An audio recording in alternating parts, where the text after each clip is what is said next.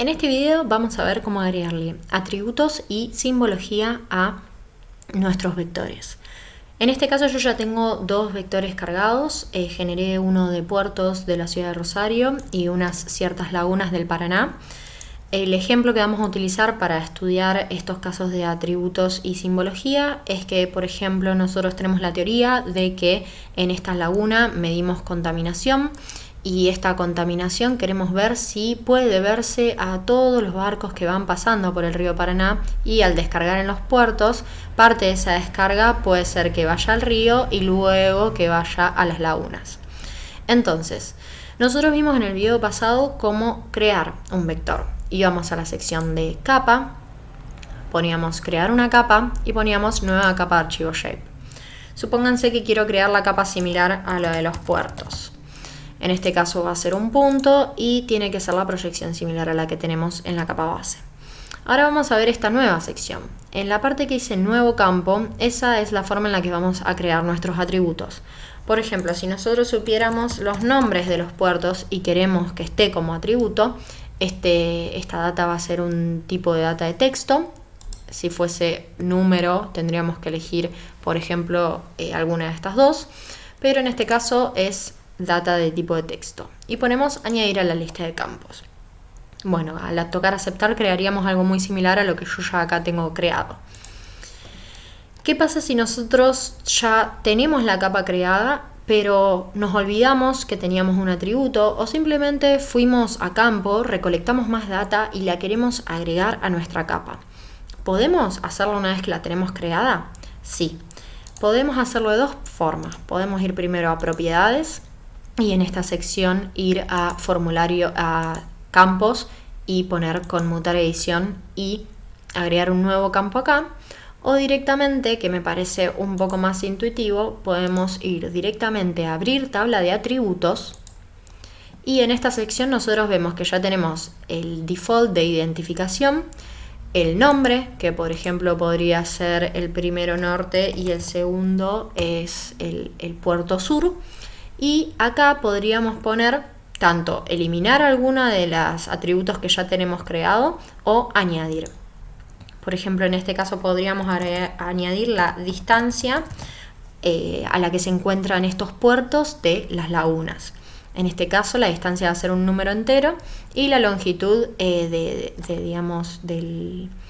distancia va a ser, por ejemplo, de 10 caracteres. Podrían ser más, pero como van a ser distancias de números enteros, quizás no son muy grandes. Y en este caso podríamos ponerle que la primera distancia está a 10.000 kilómetros, la segunda está a 1.000 kilómetros, un puerto de otro de las lagunas.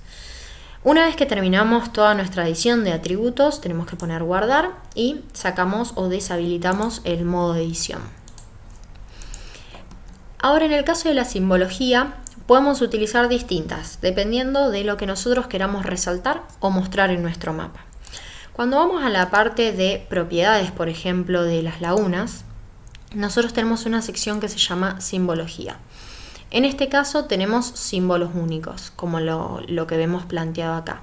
Quizás los símbolos únicos nos sirven más en el caso de los puertos, que realmente son símbolos únicos, y podemos elegir, por ejemplo, este marcador para representar los puertos.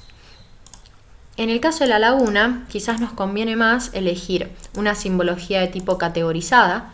Por ejemplo, queremos categorizar en función del área de las lagunas. Yo ya tengo cargada el área como un atributo y queremos que lo haga con colores aleatorios. Ponemos clasificar y acá vamos a ver que cuando tocamos aplicar vamos a tener un color particular para cada laguna. Nosotros vamos a ver de este lado que en nuestras capas ya vamos a poder trabajar con una laguna en particular si quisiéramos. Otra de las formas que podríamos categorizar estas lagunas puede ser de forma graduada.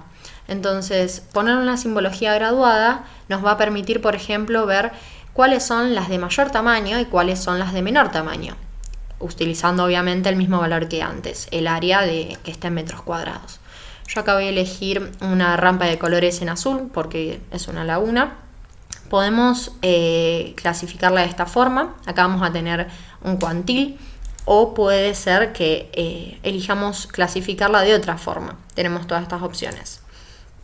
Ahora vamos a ver que al tocar aplicar, vamos a tener las lagunas de menor tamaño en un color más blanco y las lagunas de mayor tamaño en un color más azul. Esto también lo vamos a poder ver en la sección de capas. Por ejemplo, si nos interesaría trabajar con las lagunas de mayor tamaño, yo puedo ocultar las otras capas y directamente trabajar con esas, o puedo tener todas las capas juntas. Otro dato interesante es agregarle etiquetas a nuestros vectores. Por ejemplo, en el caso de los puertos, al abrir la sección de propiedades, ya nosotros definimos la simbología y también podríamos agregar etiquetas simples con el valor de, por ejemplo, ID. Lo que puedo poner acá son muchas opciones. Generalmente una muy utilizada puede ser esta, donde ponemos habilitar máscara y aplicar, y vamos a ver que aparece el número de identificación de los puertos. En este caso este es el 1 y este es el 2. Otra también muy interesante puede ser la de un efecto buffer, donde le da como más presencia al número. Van a ver que se le puede poner como un fondo para que resalte más. Todo esto se puede cambiar, tanto el color como la opacidad, como el tamaño. Bueno, y así tenemos distintas otras formas de mostrar alguno de nuestros atributos. Puede ser, por ejemplo, en este caso la identificación, u otros. El nombre podría ser en este caso, donde nosotros queremos ponerle con un fondo, y ahí tenemos el atributo que sería de nombres.